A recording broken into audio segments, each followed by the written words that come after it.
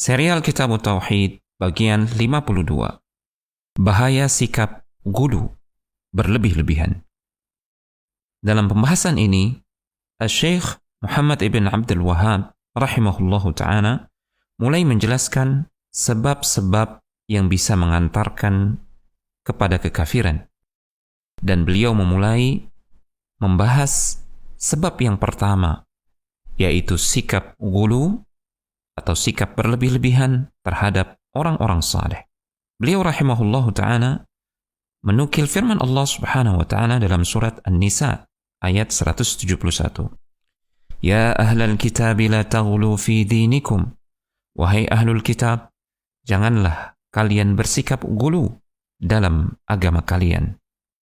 Gulu yang dimaksudkan dalam ayat ini adalah sikap berlebihan di dalam memberikan pengagungan, baik dengan ucapan maupun keyakinan, serta sikap melampaui batasan yang Allah subhanahu wa ta'ala tetapkan.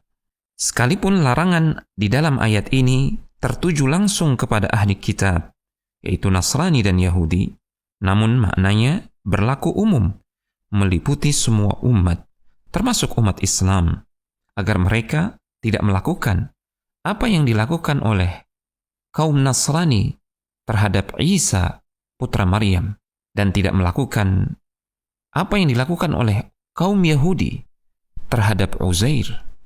Mereka bersikap gulu, berlebih-lebihan, melampaui batas dalam mengagungkan keduanya.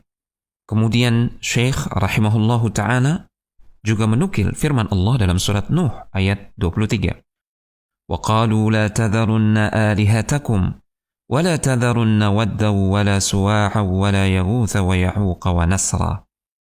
Dan mereka, kaum Nabi Nuh, mengatakan, jangan sekali-kali kalian meninggalkan sesembahan-sesembahan kalian, dan jangan sekali-kali kalian meninggalkan penyembahan kepada Wad, Suwa', Yaguth, Ya'uq, dan Nasr.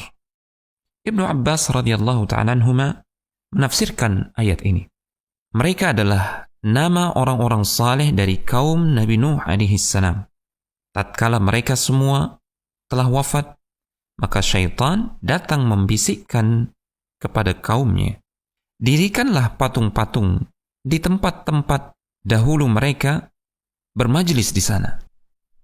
Kemudian namakanlah patung-patung tersebut dengan nama-nama mereka, yaitu Wad, Suwa', Yaguth, Ya'uq, dan Nasr. Maka mereka pun mewujudkan apa yang dibisikkan oleh syaitan tersebut. Namun saat itu, patung-patung itu belum disembah.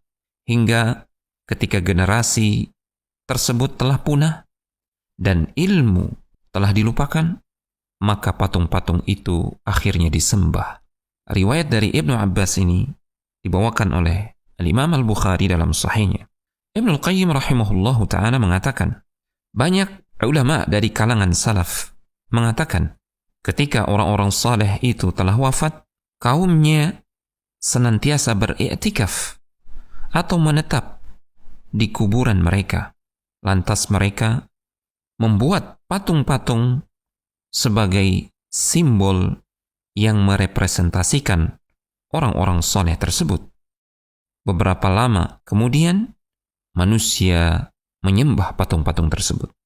Riwayat ini menunjukkan bahwa perbuatan ghulu atau sikap berlebih-lebihan dalam mengagungkan orang-orang saleh merupakan sebab yang akan mengantarkan kepada penyembahan mereka.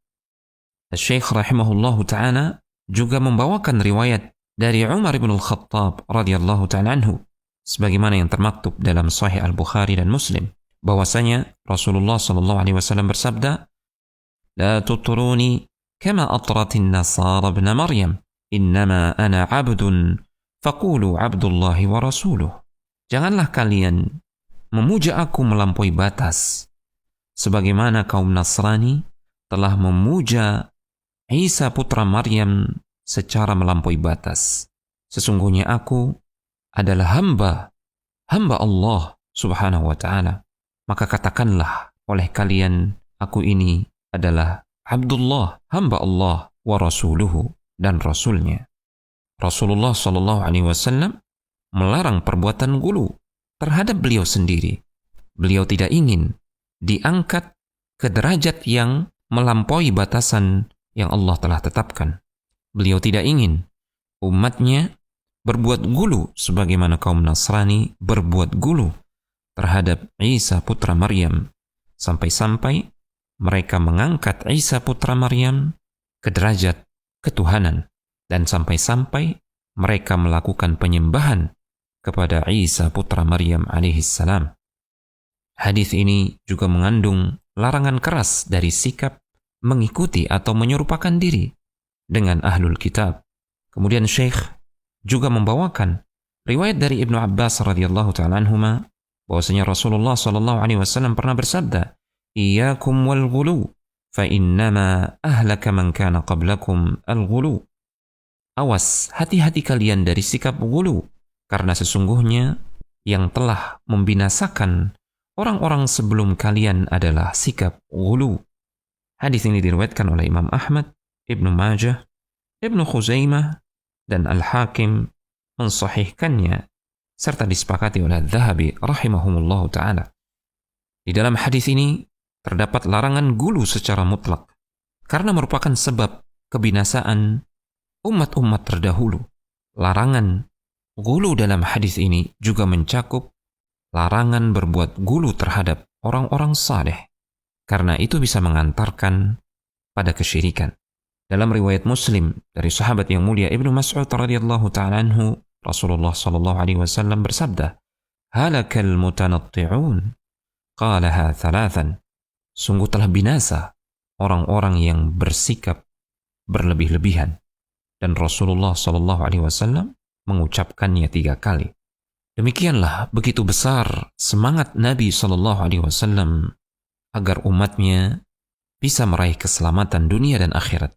Dan kesungguhan beliau tersebut beliau wujudkan dalam bentuk peringatan yang tegas akan bahaya sikap ghulu. Karena itu bisa mengantarkan kepada kesyirikan, terutama sikap ghulu atau berlebih-lebihan dalam memuja orang-orang yang saleh. Semoga Allah Subhanahu wa ta'ala menjauhkan kita dari sikap ghulu. Telegram channel Kristal Iman.